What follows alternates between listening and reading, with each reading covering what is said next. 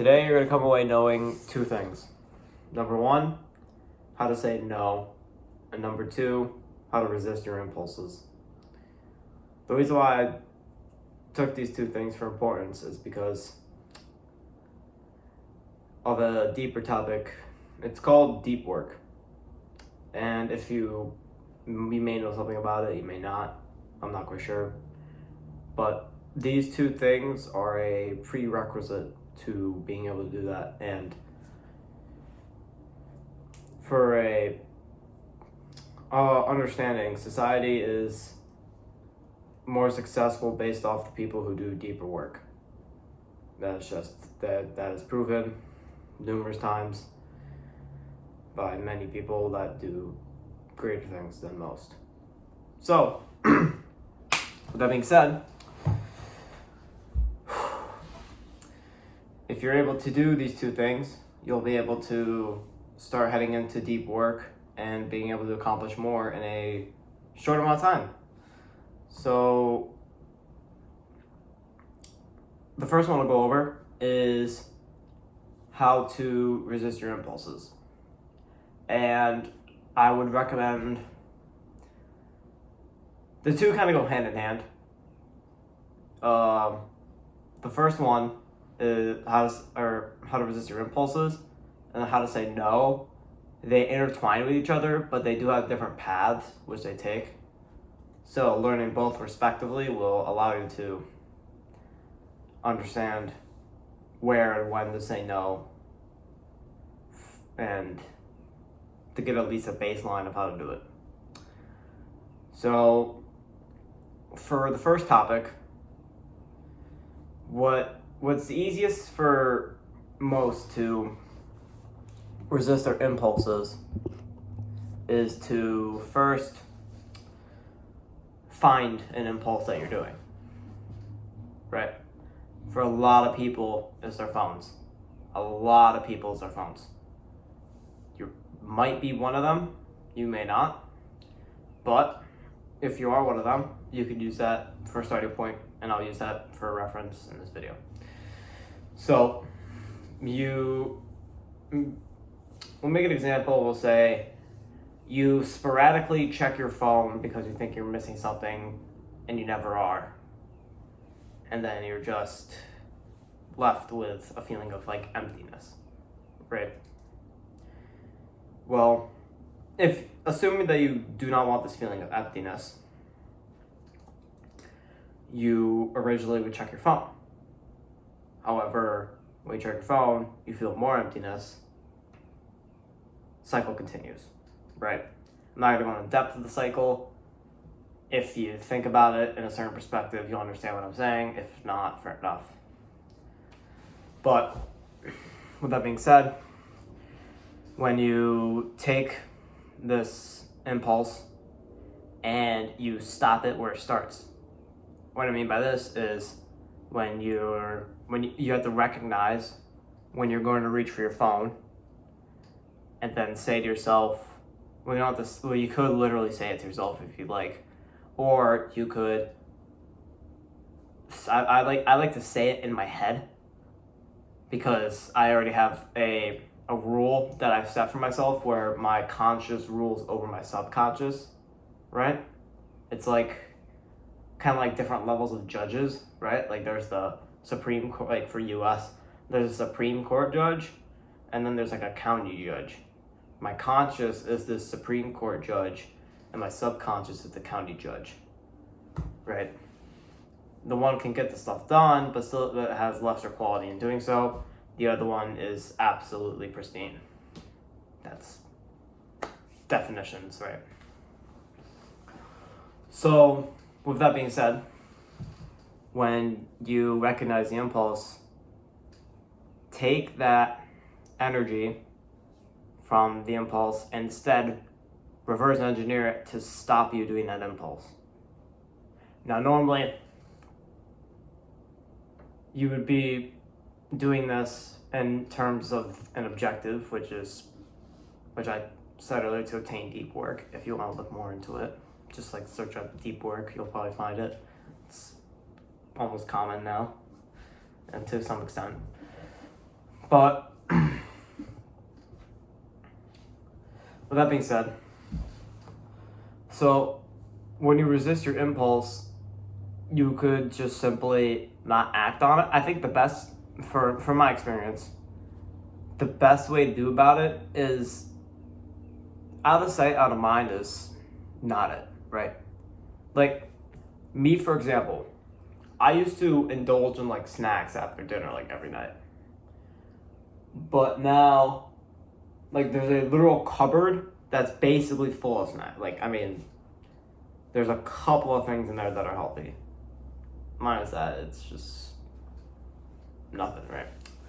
So, what I would do is I would, instead of, like, just leaving that,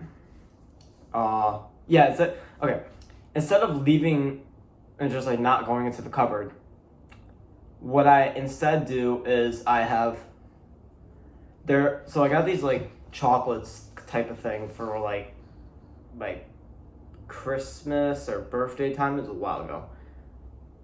And I placed them in my room in a corner where I can see it, right? Like, it's like I have a desk. It's just in the corner of my desk. I have not eaten a single piece since December. Because I allowed myself one day to eat whatever I wanted to out of it. And then that was it. So, with that, now it just sits in a corner and I'm never going to eat it. But it's there to remind you that I have the option. I could go and do that impulsive action right now, but I actively chose not to in order to, in that case, that was to benefit my physical health. But most times it's often more actually to benefit your mental abilities, right? Because impulses and distractions are the same. Impulses are just habitual distractions. I think that's a good way to describe it. Since, like, the phone example, that's an impulse based on my definition.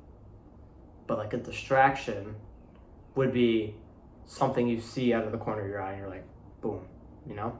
Like, that's a distraction. But an impulse is one where you're like, oh, same thing. Oh, same thing. See?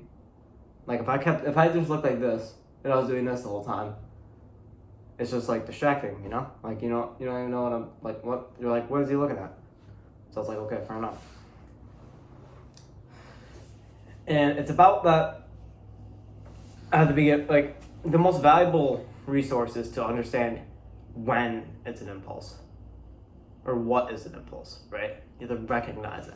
Because if you can't recognize it, you don't even know it's an impulse. You don't even know, like, what you're doing is an impulse. So how can you classify something when you don't know how can you classify something when you don't know what to classify with? So, in addition,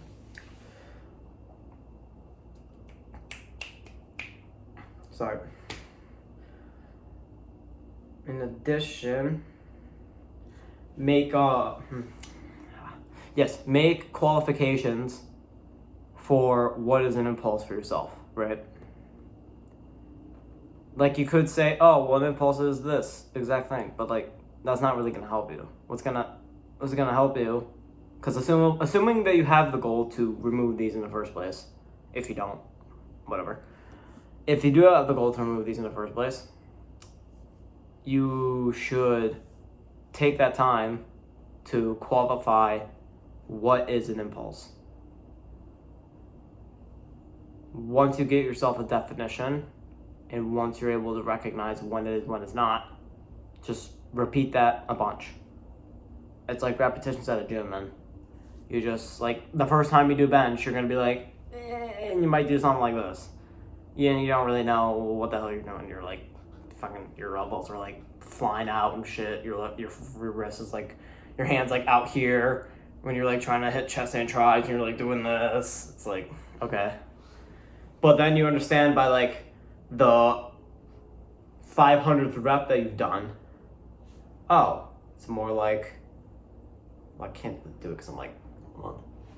Yeah, it's more like this, where you have your arms at 45 degrees, and then you push straight up to your chest like that, right? And then like obviously, you'd have like different fist heights depending on what part of the chest you're willing to hit. Theoretically, right? So, it's just like that. Afterwards, you're able to actually control your impulse and then like adjust it or even change it to something else they have an impulse for. That way you could actually utilize the impulse as a energy source rather than having it be the mental drain that it is at first. Like at first it will be a mental drain at first. Like it will take some time and it will be annoying to be like, okay, no. But then you could change that energy and then expound it to something else. I don't think that's the right word. Export that, that's better. Export that to something else. And then that thing you say yes to, you could make that good thing, presumably, an impulse. And now all of a sudden, instead of checking your phone, you're doing, for lack of quality example here, 20 push-ups, right? Like instead of, oh, you're like, oh, and you start just, I mean, you're gonna get fucking ripped, right? And so this leads to the next part of saying no, because I've covered impulses good enough, so. Leading to the next part of saying no. Now, from, at least in my as I'm growing up right now, I can see that the agenda that's being pushed on is say yes. Actually, I don't know. It's a mixture, right? Because there is a lot of like saying no and like changing, right? So there is that, and there's also I just realized that there's two main like narratives, right? Yes and normal, no and change. Not no like no, but like no. So it doesn't confuse you. But anyways, so there's these two like narratives almost, and no one's there to decide what the balance is, because no one knows what the balance is, right? So I think the best course of action, right, if you're wondering like how much of no do I have, with that being said, you're then going to be able to decide when it's good to say no and when it's good to say yes, because obviously a lot of people have moral obligations, but they don't justify their own singular person into that, which is probably justification for what makes so many people unable to say no, right? So if you become able to say no, it makes many things much easier, and it would make your quality of life more, I guess, more balanced in a way. And you could even take it to the extreme and say no to most things, and then that would really improve like the quality of what is around you as a person, right? Like you could then use quality control and people would understand that aspect as well. So being able to say no and being able to regulate impulses and or just rejecting them, right? This will allow you to open up, I believe, many, like a different perspective of possibilities of what you can get done in a certain amount of time. You can get more things done, the more things you want done, and you could do change for whatever you like. So just a couple general tools that I think would help somebody. So thank you, and I'll see you some other time.